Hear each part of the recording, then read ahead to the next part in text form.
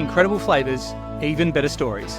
One pour, 10 minutes, Aussie bourbon lovers sharing bourbon with Australia. Here we go. What are we drinking today, Dave? So this is super exciting. This is the 2024. Actually, we're joined again by Andrea Wilson and Dan McKee from Michters. Maybe Welcome, you guys, can you tell us what we're pouring? What are we having tonight? We are going to have the Michters Toasted Barrel Finish Bourbon. And very excited to share this with you all. Wait, you all did your pop, so now we have to do our pop. Great. Awesome. This should be coming soon to Australia. This is the 2024 release, and this is the 10-year anniversary of the Michters Toasted Bourbon release. So we were the first whiskey company to release a toasted barrel finish bourbon in 2014. So this is our 10-year anniversary, and so we're very excited to share this with you all. Cheers! Amazing! To 10 years. Cheers! 10 years of toasted barrel finishes. This is amazing. So tell us what is a toasted barrel finish? How is this finish kind of unique, and what are we talking about?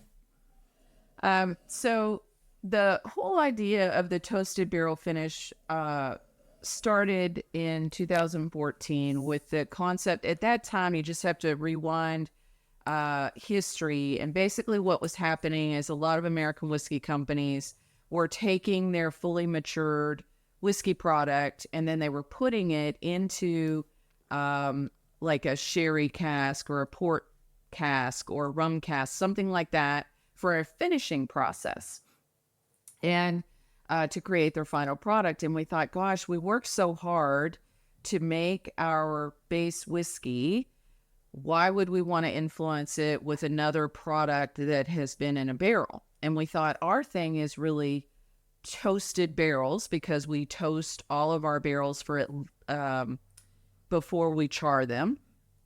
And the goal for us is that toasting different temperatures for different amounts of time. It's a slow heating of the barrel. The barrel's not on fire. The flame never touches the barrel, but it allows us to break down different extractable compounds in the wood that can really influence the final product in terms of its flavor. So we said, why don't we fully mature our bourbon 5 to 7 years, take it out of wood, and then put it back into a toasted only barrel, no char, for a finishing process. And so while we don't release the details of the toast profile, and there are hundreds of toast profiles you can choose from, we don't release the details of the toast, and we don't release the details of how long it's in that second barrel. But I will tell you, when our master distiller, our first master distiller here was Willie Pratt. Willie was amazing, very talented man, almost 50 years in the industry, just an amazing resource. And we all agreed we weren't going to tell anybody anything. And the very first event that we did after the Toasted Bourbon release, everybody was excited. They'd never seen something like this before. People were asking questions. And Willie let the cat out of the bag that it had been, I don't know if that's an Australian term, but we use that in the US all the time. It's not a bad thing. No. It can be a bad thing, but he basically told everybody that it was 28 days in the second barrel. And so while we don't release that information today, I think it is helpful to understand it's a very limited finishing process, because the barrel is so rich with flavor, and it has a high degree of influence very quickly on what the toasted barrel finish product will be. But it's beautiful. The Toasted series has continued for us. We then created Toasted Barrel Strength Rye, and then the third in this series so far is the Toasted Sour Mash. So but yeah, this is the anniversary of 10 years ago. We did our first toasted bourbon, and it has been highly appreciated all over the world. People just love it. I think it's, for me, it's very reminiscent of sort of the fall season for us. I don't know how that translates in Australia particularly, but like the leaves start to turn color here on the trees. It starts to get a little cooler. People want to spend more time outside, have a little fire pit, where you just hang out outside, and it's a great whiskey to just enjoy during our fall season. So, but like I say, I think there's a season for all of our whiskeys, and they're enjoyed all over. I like to say there's a year-long journey with our whiskeys, but if you're seasonal, that's fine. But Andrea's right. It does really fit into the fall, because we always like to say there's a lot of beautiful, whether it's those nice brown sugars, cinnamons, campfire notes, and that's what really brings it into that fall and makes it really a beautiful. Also, Andrea mentioned earlier just that 5 to 7. I always like to say we age to a taste profile here at Michters. It's not an age statement. So it's not 4 years, 1 day, or if it's one of our 10-year releases, it's not 10 years, 1 day. It's about when it's ready. So if it's not ready at 5 years when we're tasting through our stocks, it'll just continue to stay in the barrels until it is ready. And that's the other part of Michters. There's not a pressure to rush that. So it also helps with our quality program here. And then since and I know in a different episode, we talked about a lot about maturing, kind of behind the scenes in the distilling part of the whiskey. I would like to take an opportunity, if it's okay, Andrea. Definitely. Again, we do this all day long. Maybe not. This is so good. Oh no, I'm actually working. I don't know what Dan is she acts all professional and everything. No, I do like to say about just kind of the distilling portion of this. The 3 grains that we're using in our whiskeys are corn, rye, malted barley. They're all U.S. grade #1 non-GMO. So to us, we're just starting out with the highest quality grains. Okay, so very important to us. And then what's really special is after we're milling the grains, we're going to mash. All of our whiskeys are of the sour mash process, where we're reusing what we call thin stillage, or some people call backset, but it's liquid captured from the distillation after the alcohol's been removed from the distiller's beer. Reuse it in the mashing process, and it helps us use less water, just pH, and we're not adding liquid enzymes in our mashing process, so we're using the naturally arrived enzymes from the malted barley to convert those starches to simple sugars. So it's things like that we're doing that are truly special. But also our distillation system, it's 100% copper. There's over 5,000 kilograms of copper in this system. And, we distill on the first distillation is going to occur in a continuous column still. It's 14 meters tall, 81 centimeters in diameter. Then to a doubler pot still. So we do a double distillation. So it makes what I would say a very clean but very flavorful, high quality distillate, as Andrea has alluded to. There's whether it's fruity and floral notes, but it's very beautiful. A lot of flavor still left in it.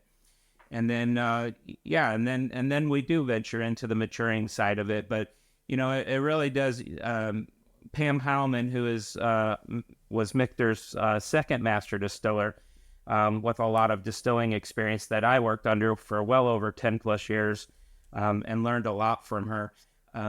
She always, I won't say exactly how she would say it, but she would say that you have to have very high quality distillate at the beginning to have a very high quality product at the end after aging. So barrels do wonderful things, but if it's not right at the beginning, it won't be right at the end. And that's, a testament of what we're doing here. Right. Yeah. And when it comes to the toasting the barrels and choosing to toast and not to char, what's the impact that the char would have if you decided to char as well as toast in that secondary barrel? What would happen there? Is that it would just change the profile completely? I mean, there's this lovely that I'm getting a lot of like spices, the kind of like Christmas spices and like the sweetness that's coming through. I think that's it. Yeah, that's beautiful. You clearly know your business of tasting whiskey because it's definitely got these beautiful sort of holiday spice characteristics to it, which I think are very warming for people. It's very nice and welcoming. But the charring process, people think that char inside the barrel is an internal filter, and that's true. The whiskey will move in and out of the capillaries of the wood. It will move through the char layer, and it will filter out, over the time of aging. different things that maybe you're not as interested in your final product. But what it also does is it helps you accentuate flavor. So your lighter chars are going to help you accentuate your fruit esters and your spice characteristics, whereas your darker chars are going to help you accentuate some of your darker, richer characteristics, maybe like a dark chocolate or, like an oaky or smoky characteristic, things like that. So again, it kind of comes back to this notion that it's really about what are you trying to achieve. And for us, we just wanted to capture the extractives from the toasting of the barrel to see the influence that it would have. And so if you're able to acquire a bottle of toasted bourbon, you might also want to acquire a bottle of Michters bourbon, the small batch bourbon, so that you can actually compare and contrast, which is super fun to do, because then you can really dial into what are the unique differences that the toasted barrel finish is offering, because it does kind of round out the edges of the bourbon and really starts to highlight some of those kind of holiday spices that you talked about, and bringing in just a very elegant little bit of smokiness to it that sort of underpins it all and brings it together in a beautiful way. It's very creamy and lovely and nice to drink. So Yeah, it's definitely very smooth. Yeah, it's fun you talk about the idea of tasting them side by side. We'll have to do this because this is something that we learned that we need to do. We're really early, I think, on our American whiskey journey anyway.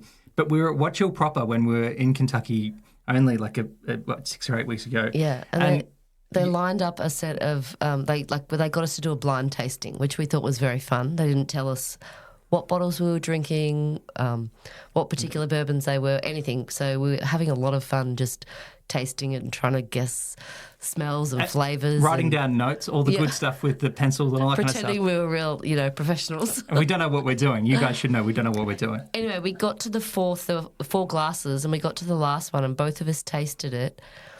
And I wrote down that I didn't give it like a name, the flavour a name. I just said it took me to in front of my fireplace at home. And when Dave was reading his notes out, he's like, I wrote the exact same thing, sitting on our couch at home.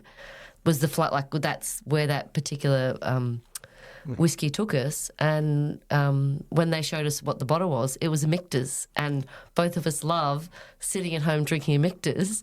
And the fact that, like, completely unlabelled, we just knew that whatever that particular flavour was. We didn't know what it was. We knew it was familiar. We knew it was like really sitting familiar, at home. and it both took us home. Well, that's fantastic because I'm going to go out and get a bottle of that so I can understand what it's like to sit on your couch in your living room. In front of our fireplace. You'll be right here with us in Australia. In front of the fireplace, yeah. Right, exactly. Yeah. What you speak to, though, is, first of all, thank you so much for that. It's just that's what we live for. Like, we live for that feedback. We have so many people all over the world that tell us about experiences that they have, with our Michters portfolio. And that's why we do it. We know that this is very personal to us and we're very passionate about what we're doing. Making an emotional connection with someone like that triggers a memory for you is a very powerful thing. And we're really honored to be able to create these beautiful whiskeys that, trigger memories like that for you. That's just such a wonderful thing. I mean, it's one of the reasons. We know we're not solving the world's problems, but if we can actually share some enjoyment, I mean, truly, and Andrea always says, we're not just making whiskey, we're also in the hospitality business too. And we have such great partners out there, from farmers at the beginning and suppliers all the way to the stores, the bartenders, the on-off premise accounts. I mean, so many people, right?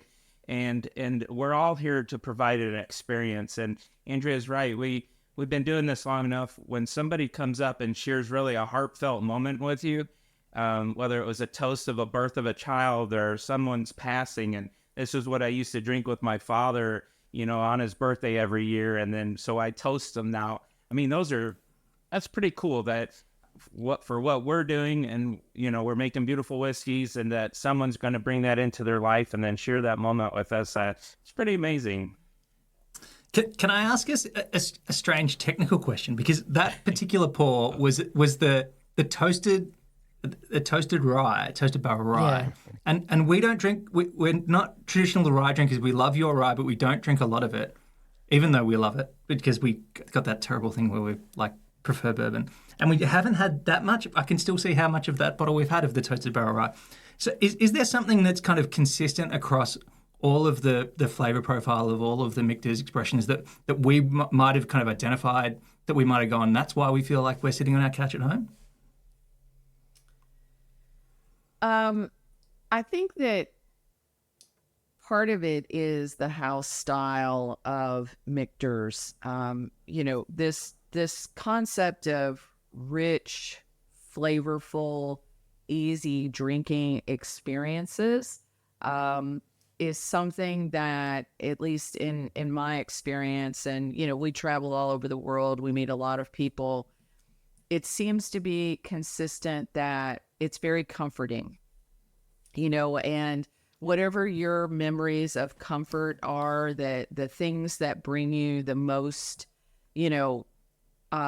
just personal joy, it seems to be very emotionally connected in that way. So, whether you were speaking about, being on your couch at home, but for somebody else, it might be, it's like when I get into a good book and, I'm sitting by the fire and I've got my blanket and, and I'm just in my place, my special place, those kinds of things that signifies an emotional connection with what we're doing and the whiskeys that we make. And I think it just kind of all comes back to the style of whiskey that we're making and the fact that it's comforting for so many people as a drinking experience. Like, you can just sit back, relax, whether you drink it neat or you drink it over a cube of ice. It's just very enjoyable. Like, every sip is meant for you to savor and enjoy and have a lovely experience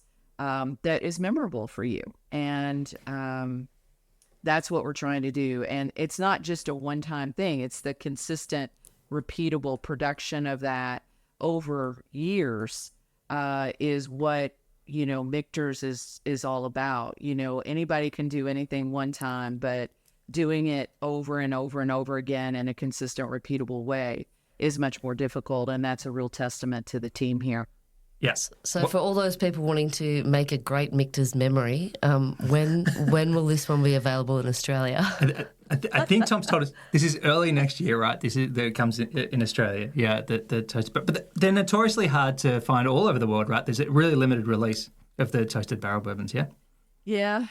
Well, Michters has been on a journey, and every year, I think when we first brought the stills online here, we were 4 fermenters, and then we added 4 more the very next year, and then we added 2 more, and then we went to 5-day production, 24-hour, and then we went to 24-hour, 7-day productions. So over the years, I'm telling you that story because over the years, we've gradually been creating more and more and more, but we've also done it in a very thoughtful way. We have an over 30-year planning horizon. And so, we are trying to stay true to who we are, to the ability to produce quality whiskey, not be driven by, age statements, but be truly driven by the quality of the whiskey, and to keep all of that as the core center focus of Michters, and, control our growth over time is a very important aspect. So the good news is, we're releasing more of things now than we were maybe years ago, back in 2014. One was the first release of our toasted bourbon, but, we're still a growing company. We're a growing brand. It's amazing. As Dan said, it's all the support from people like you who tell our stories and share what we're doing, all the way through to amazing bartenders curating beautiful drinking experiences, through to, great retailers like, many that you all have in Australia as well. Through to our importers, distributors, it's a lot of people are championing Michters, and we can't, we make the whiskey, but we can't articulate enough the grateful thankfulness that we have for people who are sharing it and telling our story. Yeah, I mean, the biggest compliment and thank you to everybody was in the fall of 2023. Michters was voted most admired whiskey in the world by Drinks International, and it was an academy of 23 independent voters from around the world that voted on this, and the first time an American whiskey company had achieved this honor. So for a small family-owned distillery to win some, be named that was a huge achievement, but a huge honor for us. And again, it just goes back to what Andrea just mentioned. It's just, we can't do it without everybody. So with that, I say cheers. Yeah, my word. Cheers. Cheers. Get your hands on some of the world's most admired whiskey and enjoy it. Cheers. Thanks for listening. Make sure you're connected with us on TikTok, Instagram and YouTube, and stay connected with us by clicking subscribe on your favourite podcast app.